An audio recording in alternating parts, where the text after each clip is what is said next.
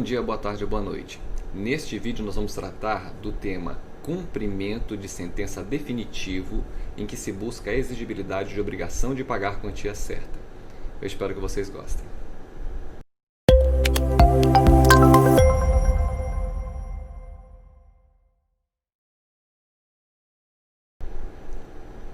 Muito que bem, meus diletos. Vamos então falar nesse vídeo a respeito do cumprimento de sentença definitivo em que se busca a exigibilidade de obrigação de pagar a quantia certa. Então nós vamos analisar alguns entendimentos doutrinários, vamos falar da doutrina, vamos ver o que diz o Código de Processo Civil, a partir do artigo 523, vamos analisar um fluxograma extraído da obra de Humberto Teodoro Júnior e, ao final, vamos resolver uma questão de concurso relacionada a esse tema. Então vamos lá. Vamos ver o que diz a doutrina com relação a cumprimento de sentença definitivo. Por uma questão didática, eu vou deixar para falar em seguida do cumprimento provisório, porque nós vamos ver que o 520 ele fala do cumprimento provisório, mas ele se reporta às regras do cumprimento definitivo. Então, didaticamente falando, é preferível nós vermos primeiro o cumprimento definitivo. Na obra do Humberto Teodoro Júnior, inclusive, o fluxograma que trata do cumprimento definitivo vem antes do cumprimento provisório. Então, didaticamente falando, realmente é melhor falarmos primeiro do cumprimento definitivo. Apesar de que no Código de Processo Civil, as regras do cumprimento provisório vêm antes. Começa ali no 520, né? E o cumprimento definitivo está a partir do 523, mas é só uma questão didática mesmo, tá? Então vamos lá. Vejamos o que diz Marcos Vinícius Rios Gonçalves, na página 195. Como de costume, eu vou mostrar para vocês a capa do livro, ó. É essa obra aqui, tá? Marcos Vinícius Gonçalves, novo curso de Direito Processual Civil, execução, processo nos tribunais, meios de impugnação das decisões, editora Saraiva. É a nona edição, obviamente, de acordo com o novo código, né? Então ele diz o seguinte, ó. Conquanto a lei usa a expressão cumprimento de sentença, essa observação é importante, né? Ele botou entre aspas, cumprimento de sentença. O título executivo judicial pode ser não só a sentença. Então, vejam que o termo sentença aqui, ele tem que ser entendido em sentido lato, em sentido amplo. Não pensem em sentença em sentido estrito, não pensem lá no 203 e achem que só vai ser objeto aqui do cumprimento de sentença aquele pronunciamento do juiz que se enquadra no conceito de sentença. Não é isso que o Marcos Vinícius está destacando, ó. Então, conquanto a lei usa a expressão cumprimento de sentença, o título executivo judicial pode ser não só a sentença. Então, a sentença em sentido amplo, é decisão judicial, na verdade, né? Mas também decisão interlocutória, de mérito. Eu não gosto dessa expressão interlocutória de mérito, mas, enfim, existe a possibilidade de haver resolução parcial de mérito, né? É uma tremenda controvérsia a respeito da natureza jurídica dessa decisão, mas há quem empregue, com Marcos Vinícius Gonçalves, a expressão interlocutória de mérito, enfim. Proferida na forma do artigo 356 do Código de Processo Civil, julgamento antecipado parcial do mérito ou acórdão. E aqui eu acrescentaria ainda um outro ponto. Vamos ao Código de Processo Civil, rapidamente. Dá para acrescentar aqui também, ó, a decisão que concede tutela provisória, conforme o 519. Ó. Aplica-se as disposições relativas ao cumprimento de sentença, da sentença, né, sentença em sentido amplo, em sentido lato, portanto, provisório é definitivo, provisório a gente vai ver depois, hoje a gente vai ver só o definitivo, e a liquidação, no que couber, as decisões que concedem tutela provisória. Então, só uma pequena observação, porque aqui, além de o que o Marcos Vinícius chama de interlocutória de mérito, além de acórdão, poderia-se aqui acrescentar também as decisões, aí sim, não há como negar, decisões interlocutórias, que concedem tutela provisória de urgência ou de evidência. Elas também podem ser objeto de cumprimento de sentença. Então, essa observação é importante, sentença em sentido lato, sentença em sentido amplo. Vamos em frente. Vejamos agora o que diz o Humberto Teodoro Júnior, a princípio na página 109, vamos ver a capa do livro, é essa obra aqui. Humberto Teodoro Júnior, curso de Direito Processual Civil, volume 3, 52ª edição, editora, deixa eu subir um pouco para vocês verem, aqui é a Gen Forense, tá? Então vamos lá, vamos ver o que diz Humberto Teodoro Júnior. Veja que tudo isso são questões introdutórias a respeito do tema, né? Então, a obrigação por quantia certa é aquela que se cumpre por meio de dação de uma soma de dinheiro. O que ele vai destacar aqui é que não importa a origem da dívida, né? O que importa é que a obrigação é de pagar a quantia. Esse é o que é importante para se aplicar esse procedimento de cumprimento de sentença. Então, O débito pode provir de obrigação originariamente contraída em torno de dívida de dinheiro. Isso aqui é uma locução latina, né? Verba gratia, né? Por exemplo, né? Um mútuo, uma compra e venda em relação ao preço da coisa, uma locação em relação ao aluguel, uma prestação de serviço no tocante à remuneração convencionada, etc. Ou pode resultar da conversão de obrigação de outra natureza no equivalente econômico. Ele exemplifica aqui, né? Indenização por descumprimento de obrigação de entrega de coisa, ou de prestação de fato, reparação de ato ilícito, etc. Então, não interessa muito aqui qual a origem da dívida, interessa que a obrigação é de pagar a quantia. Isso é o mais importante. E aí prossegue na mesma obra Humberto Teodoro Júnior dizendo que, página 110, o procedimento do cumprimento de sentença, que reconhece a obrigação de pagar quantia certa, é o que nós vamos ver hoje, a partir do 523, cumprimento definitivo, né? Consiste em uma atividade jurisdicional expropriatória. Por que ele diz expropriatória? Porque o que se vai buscar aqui são os bens do executado.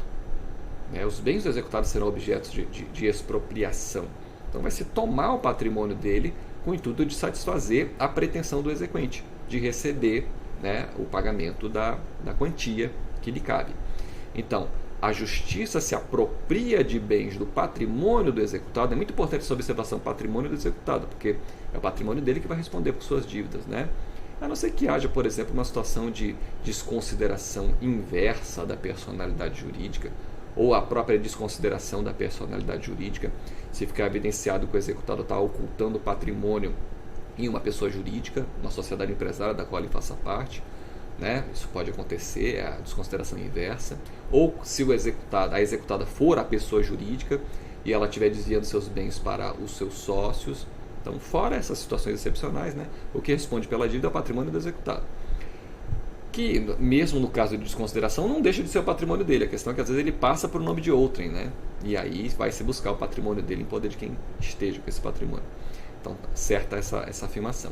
A justiça se apropria de bens do patrimônio do executado e os transforma em dinheiro, para, afinal, dar satisfação ao crédito do exequente. Transforma em dinheiro se houver leilão, por exemplo. Mas a gente vai, no futuro próximo, a gente vai ver que o exequente ele pode optar pela adjudicação. E ele pode ficar com esse patrimônio se lhe interessar. Né? Aí tem questão de avaliação, se houver necessidade vai se devolver o troco para o executado. Enfim, tem todas essas situações que podem ser discutidas também. Mas o fato é que não vai se necessariamente transformar em dinheiro. Não necessariamente, porque existe a possibilidade de adjudicação. Tá? Essa observação é importante. Ainda Humberto Teodoro Júnior, página 111. Caberá ao exequente requerer a medida. Então isso aqui também é importantíssimo, porque logo mais, né, nas próximas semanas, eu pretendo postar aqui para vocês vídeos tratando do procedimento, do cumprimento de sentença, em que se busca a exigibilidade de obrigação de fazer ou não fazer. Nessas hipóteses, o procedimento ele pode se iniciar de ofício. Aqui não. Nós vamos já ver a redação do Código de Processo Civil e se o cumprimento de sentença diz respeito ao pagamento de quantia certa, há necessidade de provocação do exequente. Não vai se iniciar de ofício. Diferentemente do que ocorre lá no processo do trabalho, né? Então vejam que aqui no processo civil uma força maior da inércia, né? Do princípio da inércia, do princípio do dispositivo. Então tem que haver provocação do exequente, senão não vai se iniciar o cumprimento de sentença em que se busca pagamento de quantia certa, tá? Então caberá ao exequente requerer a medida em simples petição. Isso, minha gente, se houver sincretismo, tá? Aí eu remeto vocês aos vídeos anteriores, sobretudo aqueles vídeos introdutórios que tem aqui na playlist sobre o processo de execução. Se houver sincretismo, não haverá necessidade de ser feita uma petição inicial. Agora, quando não houver sincretismo, aí o exequente vai ter que elaborar uma petição inicial, sim. Se o título executivo for, por exemplo, uma sentença penal condenatória, uma sentença estrangeira, uma sentença arbitral, aí vai ser necessária a elaboração de uma petição inicial, tá? Fora isso, tem-se a ideia de sincretismo, e aí em simples petição formulada no processo, em que a condenação foi proferida, porque vejam que a condenação foi proferida, a sentença civil, por exemplo.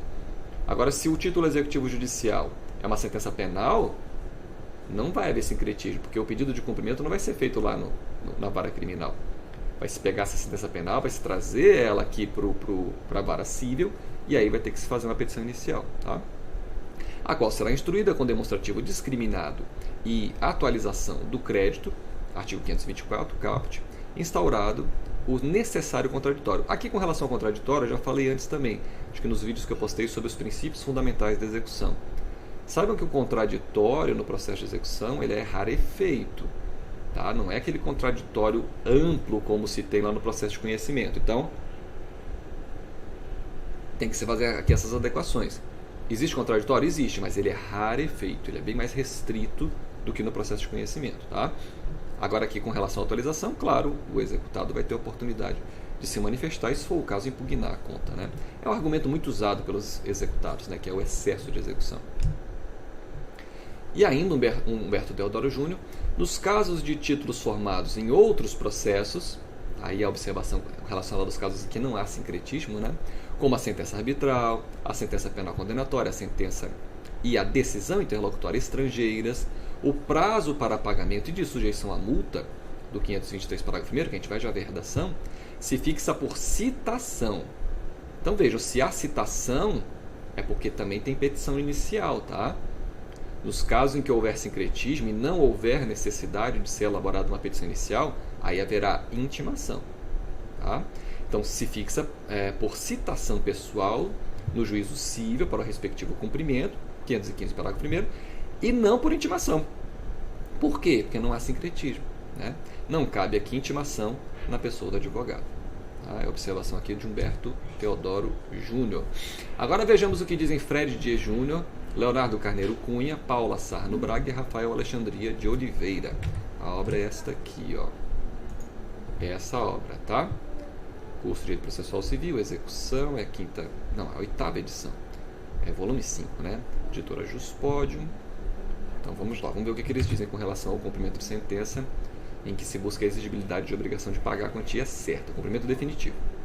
O procedimento executivo na prestação de pagar quantia, calcado em título judicial, apresenta tal, deve ser como, isso aqui certamente foi um erro de digitação meu, me perdoe, tal como, né? Tal como ocorre com o procedimento executivo calcado em título extrajudicial, duas fases distintas. Então, a primeira fase, né?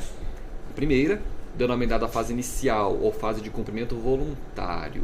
O 526 diz que aquele que seria o executado, né, ele pode até tomar a iniciativa de pagar. Ou ele pode aguardar o início do cumprimento de sentença, aguardar sua intimação ou citação, conforme o caso, e aí ele vai ter o prazo de 15 dias para cumprir voluntariamente sua obrigação. Né? Então, por meio do qual se defere ao devedor um determinado prazo, para que cumpra espontaneamente o dever que lhe foi imposto. 2. A segunda, denominada fase de execução forçada, porque ele não cumpriu espontaneamente sua obrigação, né? Em que se praticam atos tendentes à satisfação compulsória, é a execução de que estamos falando, né? Do direito de prestação do credor. Aí que vem penhora, enfim, vai se tomar o patrimônio dele para garantir a satisfação da pretensão do exequente, conforme a gente já assinalou anteriormente, né? E não poderíamos deixar de mencionar também essa obra, que é uma obra clássica, né, sobre esse tema, a obra do Araquém de Assis, Manual da Execução, essa é a 18ª edição, editora, né, Revista dos Tribunais, Thomson Reuters, lá. E ele diz o seguinte, ó, essa observação importante já relacionada ao momento posterior à intimação do executado, ó. Ou, se fosse o caso, de citação também, né?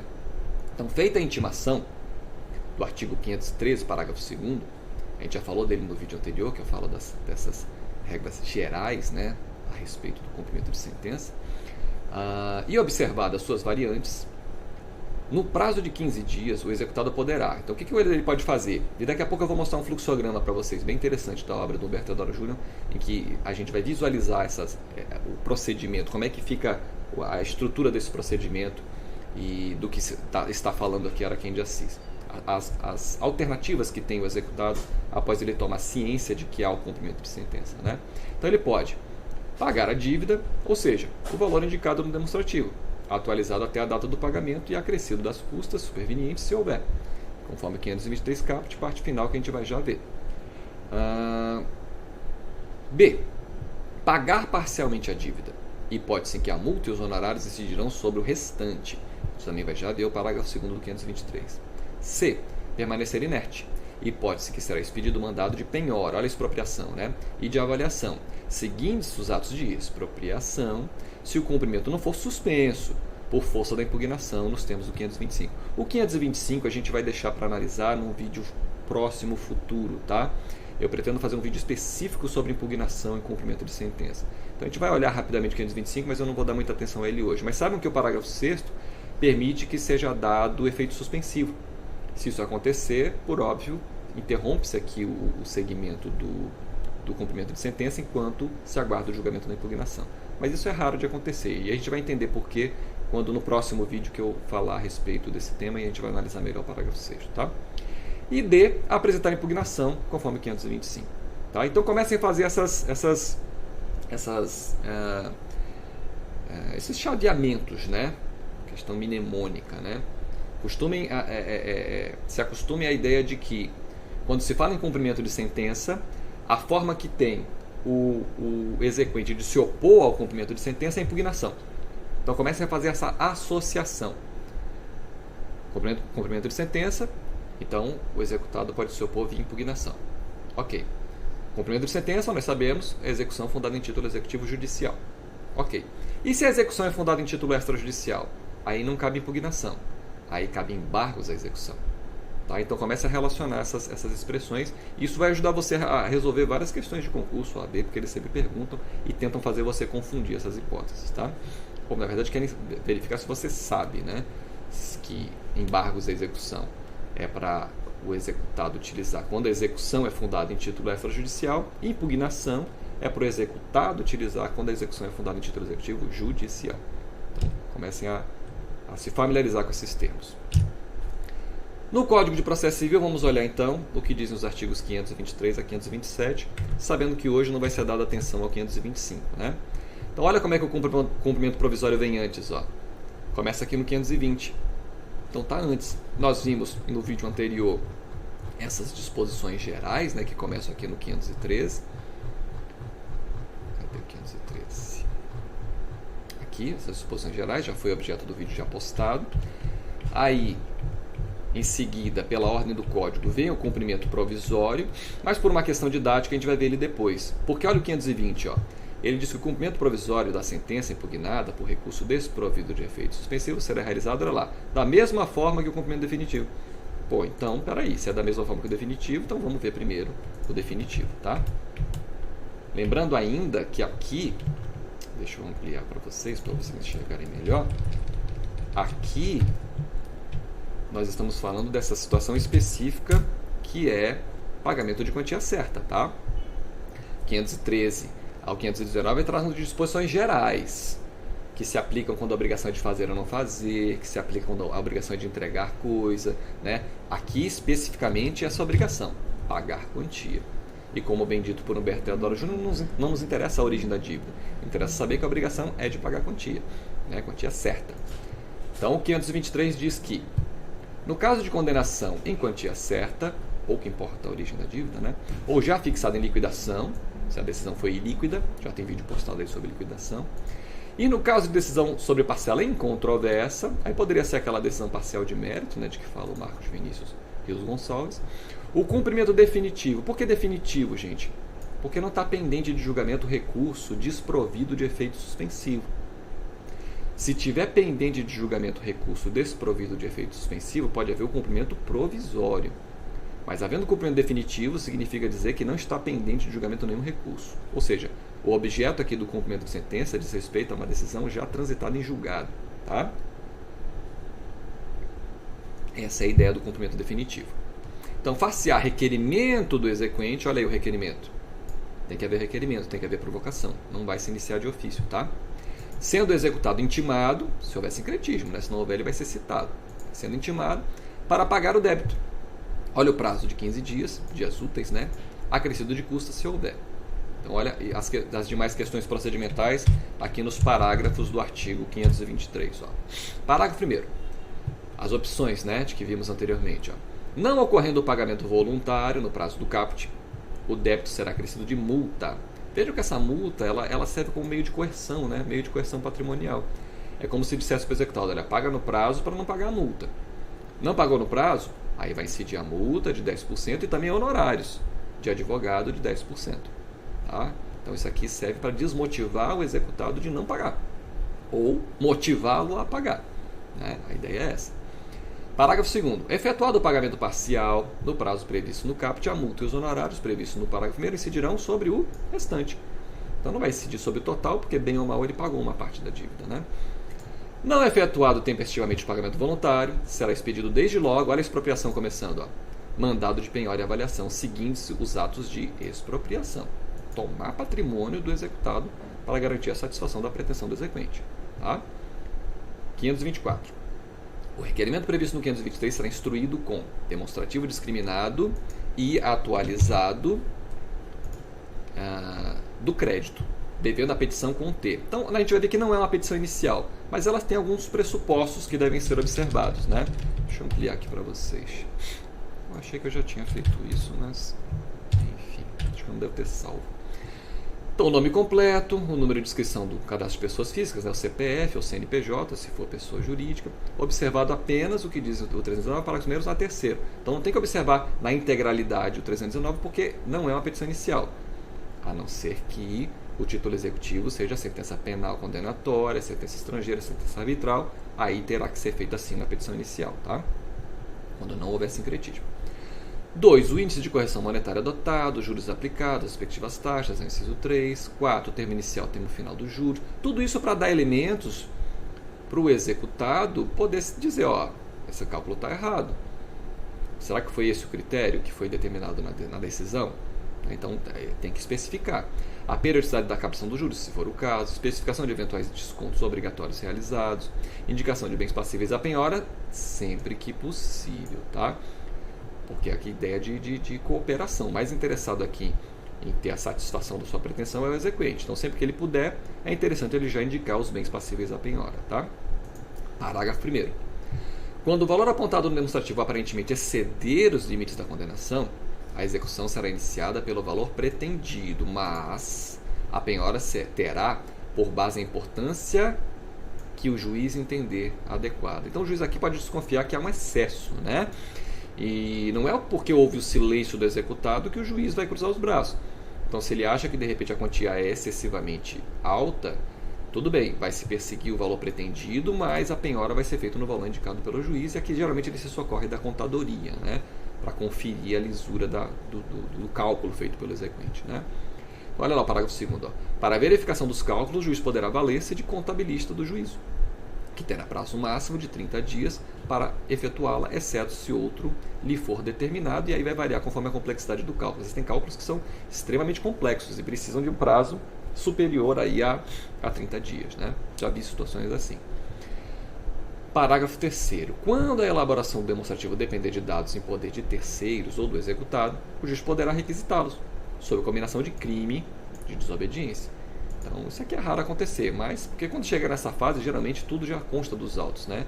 Mas vamos imaginar que falta alguma informação necessária para se chegar à atualização, por exemplo, o juiz tem essa possibilidade de requisitar que seja trazida aos autos essas informações, né? Parágrafo 4º. Quando a complementação do demonstrativo depender de dados adicionais em poder do executado, o juiz poderá, a requerimento do exequente, requisitá-los, fixando prazo de até 30 dias para o cumprimento da diligência. Aí olha o que acontece se não forem apresentados. Ó. Se os dados adicionais a que se refere o parágrafo 4º, ou seja, estão em poder do executado, né, não forem apresentados pelo executado, sem justificativa, porque ele pode justificar, né, enfim, já vi uma situação em que a justificativa foi que o local onde estavam os documentos ficavam próximos ali ao rio Itajaí. E o rio Itajaí tinha transbordado lá em Santa Catarina. E estava debaixo d'água. Então eles justificaram, olha, infelizmente não tem como apresentar a documentação porque está debaixo d'água. Em razão de ter o rio Itajaí transbordou lá e alagou a área onde estavam os documentos. Aí se justifica, né? Mas sem justificativa no prazo designado, reputação corretos. Os cálculos apresentados pelo exequente apenas com base nos dados de que dispõe. Sempre podendo o juiz, claro, verificar e corrigir eventuais excessos, né? Não é porque o executado deixou de apresentar a documentação sem justificativa que aí pronto, abre margem para o exequente receber o que ele bem entender. Aí também não, né? O juiz há de coibir esses excessos. O 525, vamos falar só do caput, porque depois eu quero postar um vídeo específico sobre impugnação e cumprimento de sentença, tá? Mas entendam bem a contagem desse prazo, porque eu já vi confusão com relação a ela na prática forense, tá? E a redação dele é muito clara, ó. Transcorrido o prazo previsto no 523, ou seja, passados aqueles 15 dias iniciais, né? Sem pagamento do voluntário, inicia-se o prazo de 15 dias. Então vejam, 15 dias para o pagamento voluntário, depois mais 15 dias para impugnar, né? 15 dias para o executado, independentemente de penhora ou nova intimação, apresente nos próprios autos a impugnação. A confusão que eu fiz é que recentemente certificaram que o executado tinha perdido o prazo para impugnar porque ele não impugnou no prazo do 523. Parece piada, né? Mas é verdade. O prazo de 15 dias inicial é para pagar. E aí depois iniciam-se mais 15 dias.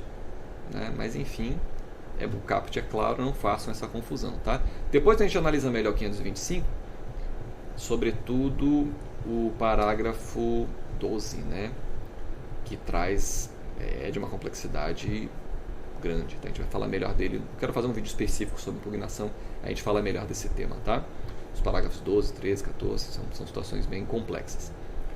O vídeo de hoje ficaria muito longo se eu fosse abordar essa questão também. Então vamos nos ater aqui ao que é essencial com relação ao cumprimento de sentença. Tá? Então 526. Vejam que aqui a possibilidade de o próprio executado, aquele que seria o executado, né, tomar a iniciativa de pagar espontaneamente o seu débito, sem ser intimado, sem ser citado. E é interessante que recentemente um aluno me perguntou, o Jacó perguntou isso, a Valquíria, depois de uma outra turma perguntou também, sobre execução inversa, execução invertida. Eu falei, gente, essa expressão para mim é nova, eu francamente não conhecia. E aí eu fui pesquisar, né? É essa situação do 526. Lembro que certa vez eu vi um vídeo do Pablo Stolze, e ele dizendo que às vezes te perguntam algo que você sabe com um nome que você não conhece, né? Eu realmente não conhecia essa expressão. E francamente eu acho ela até inadequada, porque execução inversa... O que é execução? É o judiciário tomar a iniciativa de atitudes que obriguem o indivíduo a cumprir a sua obrigação. Aqui é o inverso. Enfim, não vejo isso como execução, francamente. Eu prefiro ver isso como o cumprimento voluntário da obrigação. Para mim seria uma expressão mais adequada. Mas existe, usam essa expressão execução inversa, ou invertida, enfim. Então, é lícito ao réu, antes de ser intimado para o cumprimento da sentença, comparecer em juízo e oferecer em pagamento o valor que entender devido, apresentando memória discriminada do cálculo. Então é o cumprimento voluntário da obrigação, né? Aí o autor será ouvido em 5 dias, podendo impugnar o valor depositado sem prejuízo do levantamento do depósito, a título de parcela incontroversa. Então ele pode dizer, olha, ele depositou, mas ele não depositou tudo, está faltando. Aí ele vai levantar a quantia depositada e vai seguir o processo para verificar se realmente ele tem que pagar mais ou não, né? Então, concluindo o juiz pela insuficiência do depósito, aí o autor tem razão, né? Sobre a diferença incidirão multa de 10% e honorários também fixados em 10%. Seguindo-se a execução com penhora e atos subsequentes. Se o autor não se opuser, o juiz declarará satisfeito a obrigação e extinguirá o processo. E por fim, mas não menos importante, o 527 diz que aplicam-se as disposições deste capítulo ao cumprimento provisório da sentença no que couber. E aí eu vou fazer um vídeo futuro falando só do cumprimento provisório, tá? Vamos seguir? Reconheço que eu estou indo um pouco rápido, minha gente. Se vocês tiverem algum questionamento, alguma dúvida, eu terei prazer em esclarecer, tá? Bota aí nos comentários que eu vou ter o maior prazer de responder vocês. Vamos ver o fluxograma daquela obra do Humberto Teodoro Júnior. Vou mostrar a capa de novo, que não me custa nada. É dessa obra aqui, tá? Página 126. Olha aí o fluxograma. Deixa eu me abaixar aqui um pouquinho. Agora fica fácil compreender, né? Olha aqui, ó. Curso de Direito Processual Civil, volume 3, Humberto Teodoro Júnior, é o cumprimento definitivo da sentença que reconhece a titularidade de obrigação de pagar a quantia certa. Nós acabamos de ver os artigos 523 a 527. Então, sentença condena ao pagamento de quantia.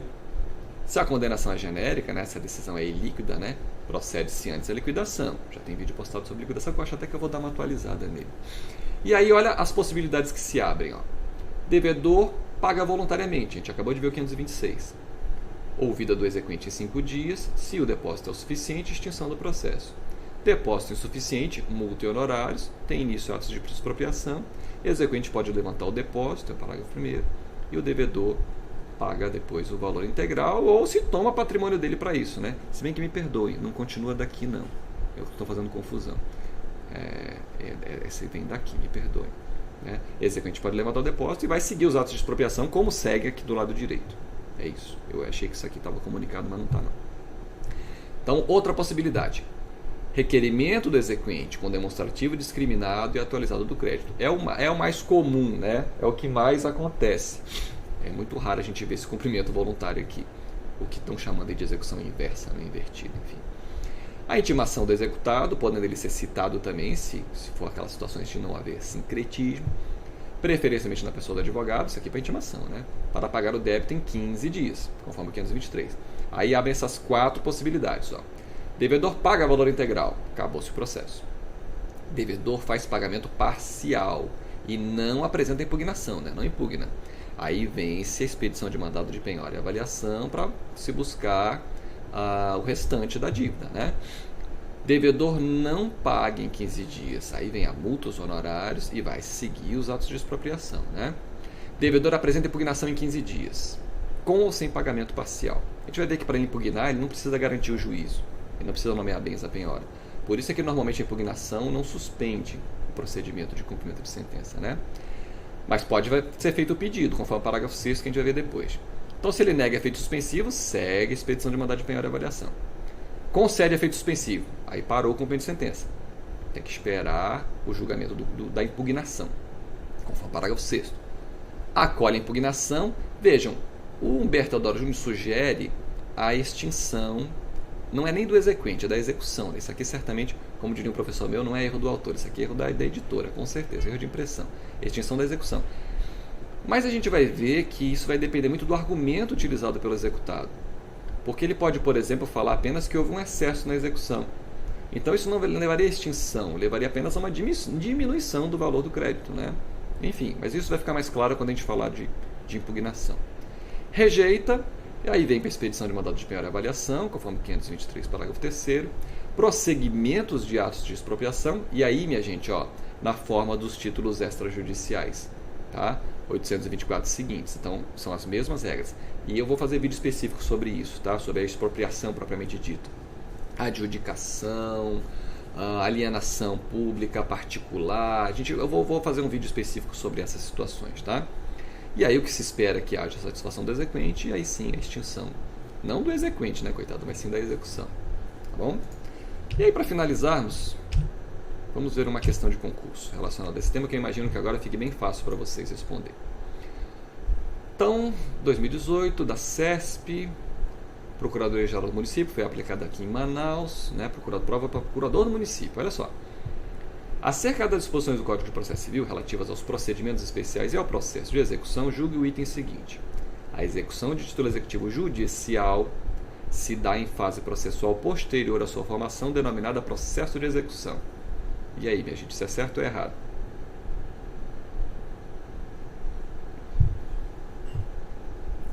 Isso é errado. Agora me admira a CESP fazer uma questão assim, porque talvez até no vídeo anterior isso fique mais claro para vocês. Lá eu comento uma observação feita pelo Didier. Claro que é execução, é lógico que é execução, mas o legislador usou a nomenclatura cumprimento de sentença. Então, quando se fala em execução fundada em título judicial, a nomenclatura usada pelo Código de Processo Civil é cumprimento de sentença, né? O processo de execução está bem distante do 523, ali do 513. Ele está lá a partir do 720 e pouco. Enfim, lá que está o processo de execução, né? Quer ver? Vamos dar uma olhada nisso rapidamente. Então a gente está vendo aqui o cumprimento de sentença, vimos as regras gerais que começam aqui a partir do 513, né? Artigo 513, né? Disposições gerais. E o processo de execução, propriamente dito, acho que é 771, né? Isso, 771, ó. Aqui começa o processo de execução, ó, o 771. Porque no meio do caminho aqui o legislador botou os procedimentos especiais, né? Então assim, então não é execução. É execução. Só que não é denominado processo de execução, é denominado cumprimento de sentença. Por isso que está errado, né? Uma pegadinha aqui, francamente, Acho que não avalia ninguém, mas é errado. Apenas porque a nomenclatura utilizada no Código de Processo Civil é cumprimento de sentença. É isso, minha gente. É claro que tem muito mais a ser dito a respeito desse tema, que a intenção é despertar o interesse de vocês pelo assunto. De qualquer modo, eu espero que vocês tenham gostado. Por hoje é só e até a próxima.